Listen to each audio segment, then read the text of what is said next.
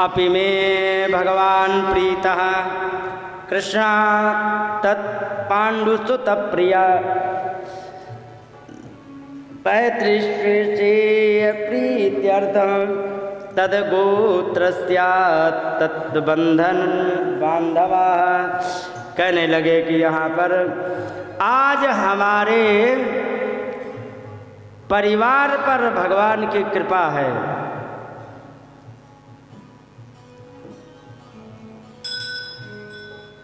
पैतृस्वसेय प्रीत्यर्थम, पितृ माने पिताजी की, स्वसा माने बहन। पिताजी की बहन कौन होती है? क्यों?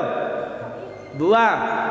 तो पैतृ स्वसा नहीं कहा है, पैतृ स्वसेय कहा है, माने बुआ के लड़कों पर कृपा करने के लिए भगवान ने आज मेरे ऊपर कृपा की है, क्योंकि मैं उन्हीं के गोत्र में उत्पन्न हुआ हूँ और उन्होंने बंधु बांधव माना है, तो इसीलिए आपको हमारे पास भेजा है। इसलिए अतः पृच्छामि संसिद्धिं योगिनां परमं गुरुं पुरुषस्येह यत् कार्यं म्रियमाणस्य सर्वथा। कहने लगे कि एक बार अतः पृच्छामि, इसलिए मैं तुमसे पूछ रहा हूँ, हे संसिद्धि, हे योगियों के परम गुरु, पुरुषस्य इह यत् कार्यम, पुरुष को इस समय जो करना चाहिए, क्योंकि किस समय?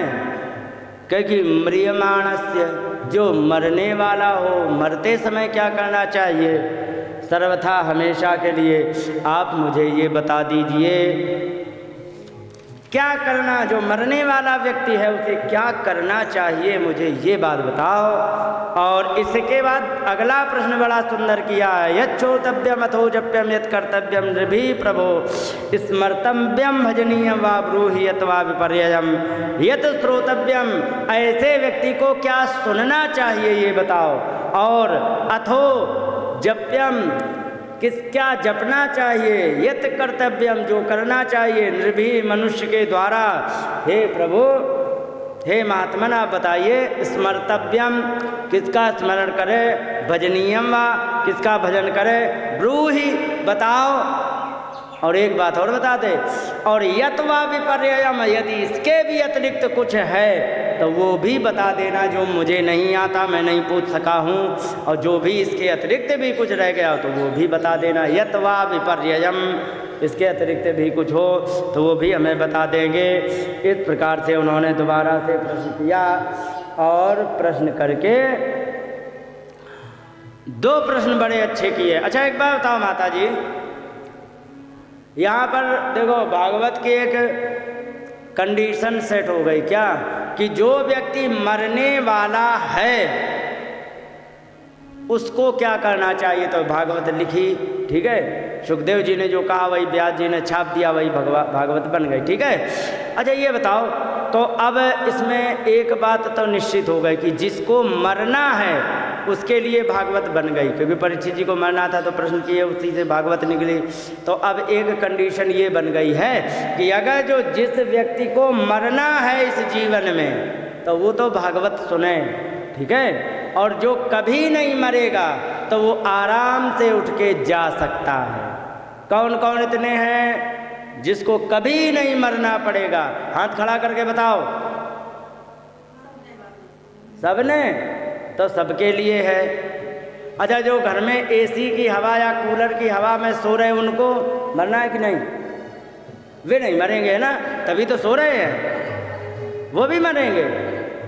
और एक बात बताओ, अगर जो किसी को मान लीजिए बुखार की वैक्सीन लग रही हो और कोई घर में सो रहा हो, तो नुकसान किसका हो रहा है? क्योंकि बुखार तो सबको इस समय चल रहा हो। जैसे गांव में हैजा की मान लो बीमारी फैल गई किसी गांव में, उसकी वैक्सीन लग रही है, तो सब लोग लाइन में लगे हैं, ठीक है।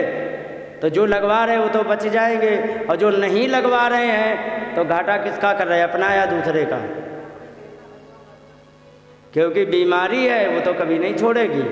तो मरने वाली बीमारी का इलाज है तुम्हारे पास? अच्छा, वो उनके क्या कहते हैं, जयपुर के एम्स में है मरने का इलाज, दिल्ली के एम्स में नहीं है। फिर तो मतलब मरना ही पड़ेगा, तो फिर भागवत सुननी पड़ेगी। हाँ, जन्मे हैं तो मरेंगे जरूर। बोलिए गोविंद भगवान की।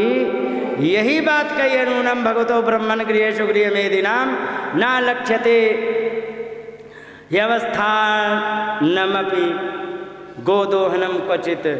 हे ब्रह्मन, हे सुखदेव भगवान, आप कहीं भी गौ दोहन के समय से अतिरिक्त कहीं भी नहीं रुकते हो। आप हमारे इन प्रश्नों का उत्तर दे दो और तुम चले जाओ। इस प्रकार से जब उन्होंने प्रश्न किया तो बड़े ही सुंदर यहाँ पर